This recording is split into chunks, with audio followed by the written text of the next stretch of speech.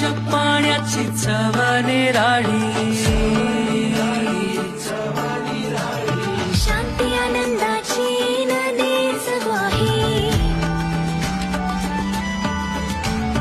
सारवलेला खडा मातीतले खेळ, अशी गर्द छाया कुठेच नाही.